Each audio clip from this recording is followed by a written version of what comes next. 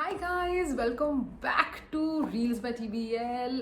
काफ़ी टाइम हो गया है और हमने काफ़ी बातें नहीं करी हैं और इसीलिए I am back with mom reels and a lot of mom reels because मैं बीच में काफ़ी सारी मेकअप वीडियोस कर रही थी एंड काफ़ी रिक्वेस्ट आई कि आपकी मॉम रील्स नहीं आ रही हैं या नॉर्मल बच्चों के टॉपिक पे नहीं आ रही हैं और people actually love to watch एडनित ऑल्सो। सो अब मैं कोशिश कर रही हूँ कि मैं काफ़ी सारी मॉम रील्स करूँ और मैं एडनित की रिलेटेड भी या एडनित को दिखाते हुए भी बहुत सारी वीडियोस करूँ। तो आप स्टे ट्यून रहिए इस चैनल को।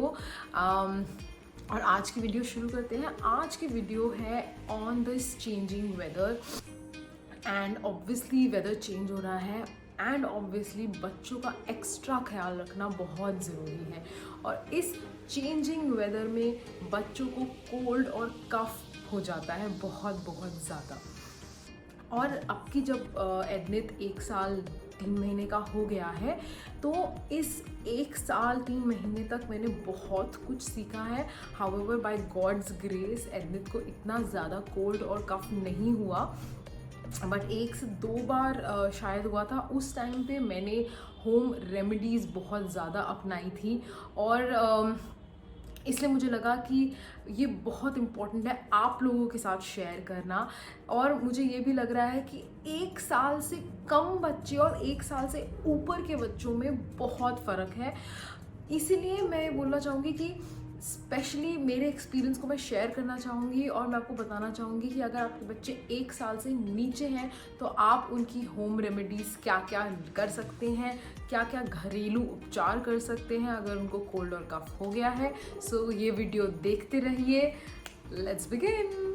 But before we begin this video, आपको पता है कि एक छोटा सा सब्सक्राइब बटन है। आप प्लीज़ उस सब्सक्राइब बटन को क्लिक कर दीजिए। यहाँ पर है, आप नोटिफिकेशन बटन भी क्लिक कर सकते हैं ताकि आप मुझसे एक भी वीडियो मिस नहीं करें।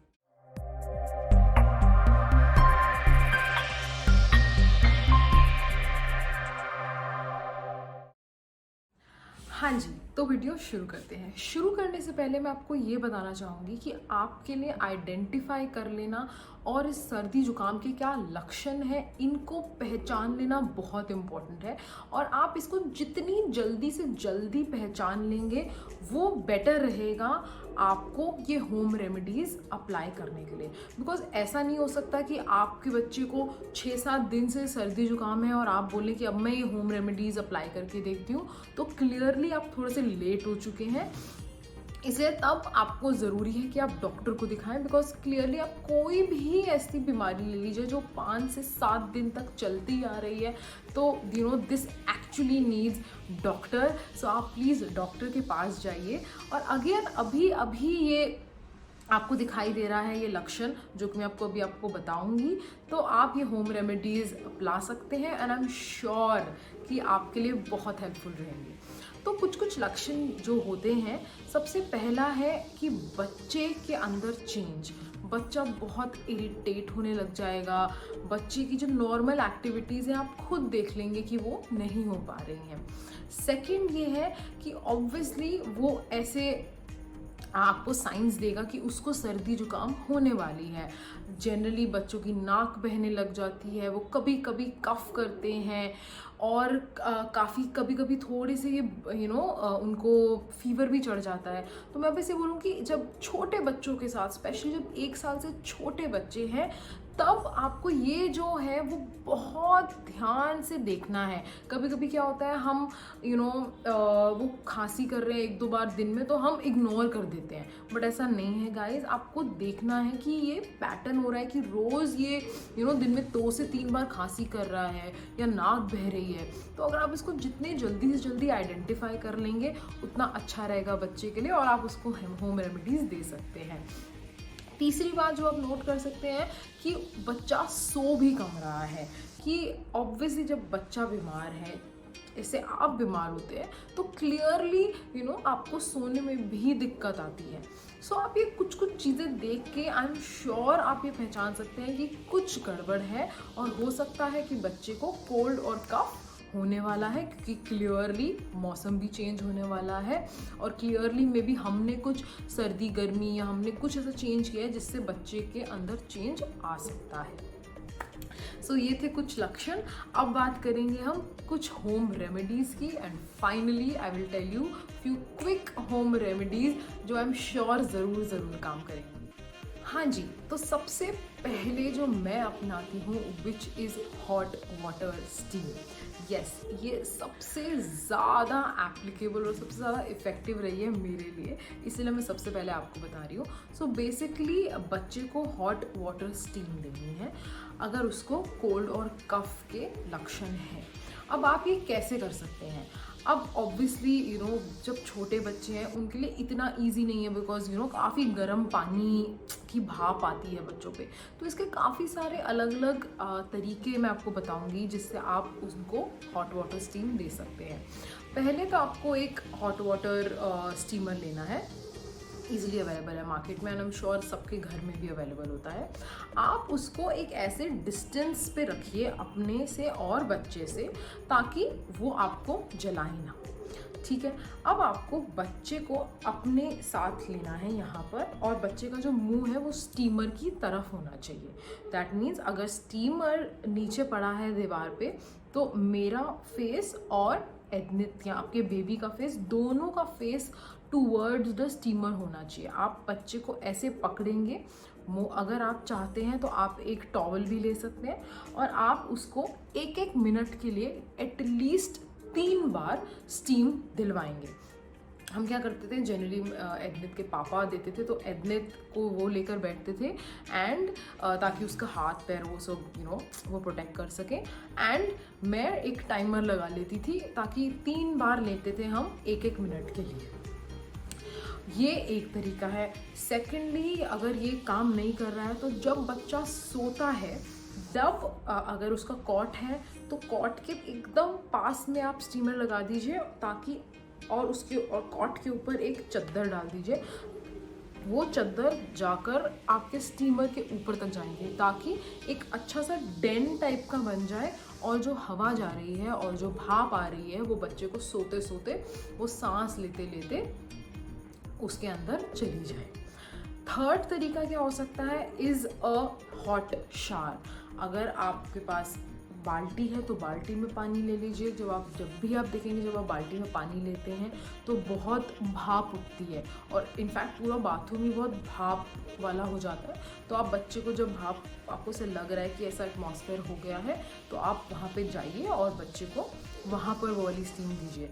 नहीं तो अगर एक हॉट शावर चला सकते हैं आप, थोड़ी सी दूर पे हॉट शावर चल रहा है, स्टीम आई जा रही है और बच्चे को आप साथ लेके बैठे हैं, एंड बहुत ईजिली बच्चा इससे स्टीम ले लेता है। और ट्रस्ट मी, ये एक बहुत ही ईजी तरीका है बच्चे का कोल्ड और कफ सही करने के लिए, बिकॉज उससे क्या होगा, जब वो स्टीम लेगा तो उसका जो म्यूकस है वो अच्छे से क्लीन आउट हो जाएगा। अब बात करते हैं सेकंड तरीके की। सेकंड तरीका है is the mother breast feed. अगर आपका बच्चा 1 साल से नीचे है तो आई एम श्योर अभी भी आप ब्रेस्ट फीड करा रहे हैं। आप मानिए, आप बच्चे को ब्रेस्ट फीड दीजिए, उससे बेस्ट सोल्यूशन कोई है ही नहीं, क्योंकि माना जाता है कि जो माँ है उसके ब्रेस्ट फीड में बहुत ऐसी चीज़ें हैं जो उसको हेल्प करता है लड़ने से। बहुत ही इम्यूनिटी ड्रिवन उसके अंदर ऐसे एलिमेंट्स हैं जो उसकी इम्यूनिटी बढ़ाता है, बच्चे की इम्यूनिटी बढ़ाता है। एंड सेकेंडली, इस टाइम पे काफ़ी फ्लूइड्स, काफ़ी पानी बच्चे को चाहिए होता है, इसीलिए ऑब्वियसली ब्रेस्ट फीड में काफ़ी 70% तो पानी ही होता है। तो बच्चा अगर वो पिएगा तो उसको, एक तो उसको ऑब्वियसली इम्यूनिटी से लड़ रहा है क्योंकि दूध के अंदर ऐसे एलिमेंट्स है, सेकेंडली वो फ्लूइड भी ले रहा है, and thirdly obviously there is this warmth of of the mother and the child which actually the child feel करता है। तो ये तीन एक इतना अच्छा कॉम्बिनेशन है जो कहते हैं कि अगर आप ब्रेस्ट फीड कराइए तो कोल्ड और कफ करके भाग जाएगा। थर्ड जो मैं आपको बताने वाली हूँ इज़ अ सेलाइन ड्रॉप। आप किसी की भी सेलाइन ड्रॉप ले सकते हैं। मैं नेज़ो क्लियर लेती थी, एक वाइट कलर की डब्बी आती है और वो बिल्कुल भी हार्मफुल नहीं है। वो बेसिकली नमक और पानी है। आपको जब भी लगे कि बच्चे की नाक बहुत ज़्यादा ब्लॉक हो रही है तो आप वो लीजिए, एक एक ड्रॉप वो बच्चे की नाक में डाल दीजिए। इससे उसका पूरा जो रेस्पिरेटरी सिस्टम है वो खुल जाता है और ये बहुत ज़्यादा यूज़फुल है बच्चे के लिए और इसमें कोई भी हार्म है ही नहीं। तो आप ये भी अप्लाई कर सकते हैं, बच्चे को नेज़ल ड्रॉप डाल सकते हैं। अब बात करते हैं चौथे होम रेमेडी की, विच इज़ मसाज, जो मेरी पर्सनल फेवरेट है। बिकॉज मसाज में एडनित तो बहुत ज़्यादा इन्जॉय करता था एंड आई एम श्योर काफ़ी बच्चे बहुत इन्जॉय करते हैं। इस टाइम पे उन्हें बहुत सूदिंग भी लगता है।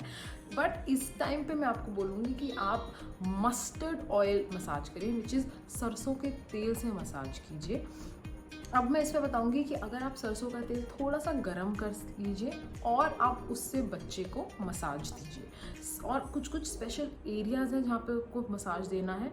आपको उसको छाती पे लगाना है, फ्रंट लगाना है, फिर इसके बाद आपको बैक पे लगाना है और बच्चे के तलवों पे, पैरों पे और हाथों के तलवों पे अच्छे से उसको गरम गरम सरसों के तेल से उसको मसाज कर देना है। और ये मसाज होते ही मैं आपको बोलूँगी कि आप बच्चे को मिटन्स और सॉक्स पहना दीजिए, अच्छे से कवर कर दीजिए ताकि उसकी जो गर्माहट है उसमें वो मेंटेन रहे।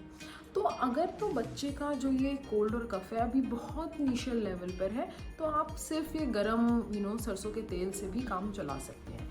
लेकिन अगर ये 1-2 दिन बीत चुके हैं और आपको लग रहा है कि बहुत ज़्यादा सीरियस है और बच्चे को बिल्कुल भी कंफर्ट नहीं आ रहा है, तो मैं इसमें बोलूँगी कि आप उसमें 2-3 चीज़ें और ऐड कर सकते हैं जो उसको और गर्माहट देगी। बट मैं आपको ज़रूर बोलूँगी कि आप प्लीज़ ये तभी करिए जब बच्चे को आपको लग रहा है कि थोड़ा सा सीरियस है। अगर नॉर्मल 1-2 बार खांसा है, कफ है, तो आप नॉर्मल आप सरसों के तेल से मसाज कर सकते हैं। बिकॉज सरसों का तेल ऑलरेडी गर्म है तो आप उसमें और जो एलिमेंट्स मैं आपको बताने वाली हूँ वो बच्चे के लिए थोड़े से ज़्यादा और गर्म हो जाएंगे, तो इसीलिए आप मत डालिए। जो कि है अजवैन और जीरा। तो आप अजवैन, जीरा और कभी कभी मैं गार्लिक भी डाल देती थी, ये डाल के उसको थोड़ा सा साड़ लीजिए या थोड़ा सा गर्म कर लीजिए। वो एकदम ब्लैक नहीं होना चाहिए, थोड़ा थोड़ा ब्राउनिश रहना चाहिए। आप उसको कर लीजिए, देन आप अलग करिए एंड थोड़ा सा रूम टेम्परेचर में लाइए, वार्म लाइए एंड देन बच्चे की मसाज कीजिए। ये एक बहुत ही अच्छी गर्माहट देता था बच्चे को और उसकी रिकवरी में थोड़ा सा ये हेल्प करता है। अब बात करते हैं नेक्स्ट पॉइंट की, विच इज़ सुलाना। आप बच्चे को जब सो रहे हैं, एक तो बहुत इम्पॉर्टेंट बात यह है कि बच्चे का सोना इस टाइम पे बहुत ज़्यादा इम्पॉर्टेंट है। तो आप बच्चे को ज़्यादा बाहर ना ले जाएं। आप बच्चे को थोड़ा सा इस टाइम पे घर के अंदर रखें, ज़्यादा उसको एक्टिविटीज़ ना कराएं। बिकॉज बच्चा जितना सोएगा उतनी जल्दी वो सही होगा। ये कहते हैं कि क्योंकि बच्चे जब सोते हैं तो उनकी इम्यूनिटी लेवल बढ़ती है, तो इसीलिए अभी अभी वो दुनिया में आए हैं, आप उनको थोड़ा सा ध्यान से रखिए और उनका ज़्यादा सोना बहुत इम्पॉर्टेंट है। इसीलिए आप उसको इस टाइम पे सोने दीजिए। इसी से रिलेटेड एक नेक्स्ट पॉइंट है, विच इज़ सही तरीके से उनको सुलाना है। अब जब बच्चे को कोल्ड और कफ हो रहा है, क्लियरली उनको बहुत डिस्कम्फर्ट होता है सोने में भी, तो आप क्या कर सकते हैं, क्लियरली जब हम भी सोते हैं हमें भी सांस लेने में इशू आती है। तो जब हम एक फ्लैट सरफेस पे तो सोते हैं तो हमें इशू आता है, हमें सांस नहीं आती है। तो आपको इस तरीके से बच्चे की सेटिंग करनी है कि उसको अच्छे से नींद आ जाए। अब इसको कैसे करना है, आपको बेसिकली अपने बच्चे के जो नॉर्मल तकिया है उसके नीचे एक और तकिया रख दीजिए ताकि बच्चे का फेस थोड़ा सा एलिवेटेड रहे और उसको सांस आती रहे और उसको उस वजह से इशू ना आए। मेरा जो एडनित है, जब मेरा बेबी है, वो साइड स्लीप करके सोता था और उसको उससे भी बहुत इजी रहता था। तो मैं उसके साइड स्लीप में एक पिलो लगा देती थी और एक नाक से उसको बहुत ईजीली सांस आती रहती थी और वो बहुत ईजीली सोता था और बहुत ही जल्दी रिकवर भी हो जाता था। अब आते हैं ऑलमोस्ट लास्ट पॉइंट पे, which is a lot of fluids. अगर आपका बच्चा 6 महीने से ऊपर है तो आई एम श्योर वो ब्रेस्ट फीडिंग के साथ साथ और भी चीज़ें खा पी रहा है, तो आप इस टाइम पे उसको और भी ज़्यादा फ्लूइड्स दे सकते हैं। आप उसको गरम दाल दे सकते हैं, आप उसको सूप दे सकते हैं, जितनी भी गरम लिक्विड चीज़ें हैं आप उसको पिलाइए और वो बहुत जल्दी रिकवर होगा। बिकॉज इस टाइम पे आपने ये भी देखा होगा कि बच्चे खाना भी कम कर देते हैं। इसका यही रीज़न है बिकॉज उनके गले से उतरता ही नहीं है, यहाँ पे बहुत ज़्यादा इशू हो रहा होता है।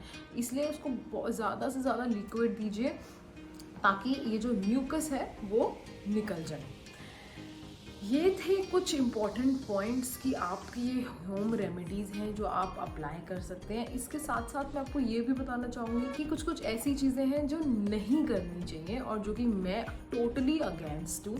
मैं आपको कुछ कुछ वो बता देती हूँ। First is using a baby vapour रब। गाइस, बच्चे बहुत छोटे हैं अभी, उनके सारे ऑर्गन्स बहुत ज़्यादा डेलिकेट है, तो इसलिए मैं बोलूँगी आप प्लीज़ इतनी स्ट्रॉन्ग वेपर अब्स यूज़ मत कीजिए। 1 साल से छोटे बच्चों में तो बिल्कुल भी मत कीजिए। आप कोई और भी ऑयल्स आते हैं बहुत सारे, बट आप खुद उसको स्मेल करेंगे तो आपको पता चल जाएगा कि कितनी ज़्यादा स्ट्रॉन्ग फ्रेगनेंस है उसकी। And I would totally not recommend you guys to use any such high inflammatory कोई भी मेडिसिन जो बच्चे की नाक में आप डालना चाह रहे हैं या आप उसको सुंघाना चाह रहे हैं। Second is Honey. मेरे को बहुत सारे ऐसे लोगों ने बताया कि थोड़ा सा हनी चटा दो सब सही हो जाएगा and everything. Trust me, I don't recommend Honey, specially 1 साल के छोटे बच्चे के लिए। पहले तो प्योर हनी आ ही नहीं रही है, सेकेंडली हनी बिल्कुल भी अच्छी नहीं है आपके बच्चे के लिए, तो आप प्लीज़ ये यूज़ मत कीजिए। थर्ड है uses of AC and cooler. आप एक बार को पंखा चला सकते हैं, बट इस टाइम पे प्लीज़ थोड़े टाइम के लिए एसी और कूलर बंद कीजिए एंड बच्चे को एक नॉर्मल टेम्परेचर पे रिकवर करने का मौका दीजिए। आई एम श्योर वो बहुत जल्दी रिकवर हो जाएगा। तो ये थी मेरी कुछ होम रेमेडीज़। आई होप आपको पसंद आई होंगी। अगर आपकी कोई और क्वेरी है, आपको कोई और रेमेडी पता है, होम रेमेडी जो बहुत सक्सेसफुल रही हो, देन प्लीज़ कमेंट करिए नीचे। बिकॉज आई एम श्योर आप जैसी बहुत सारी और भी माएँ देख रही हैं ये, एंड आई एम श्योर हम सब एक दूसरे को हेल्प करना चाहते हैं, इसीलिए तो हम ये वीडियो देख रहे हैं, हमने ये चैनल बनाया है। Thank you so much for watching this video. आपका बहुत धन्यवाद। प्लीज़ सब चैनल को सब्सक्राइब कीजिए ताकि मैं और कंटेंट बना सकूँ। Thank you so much. Bye.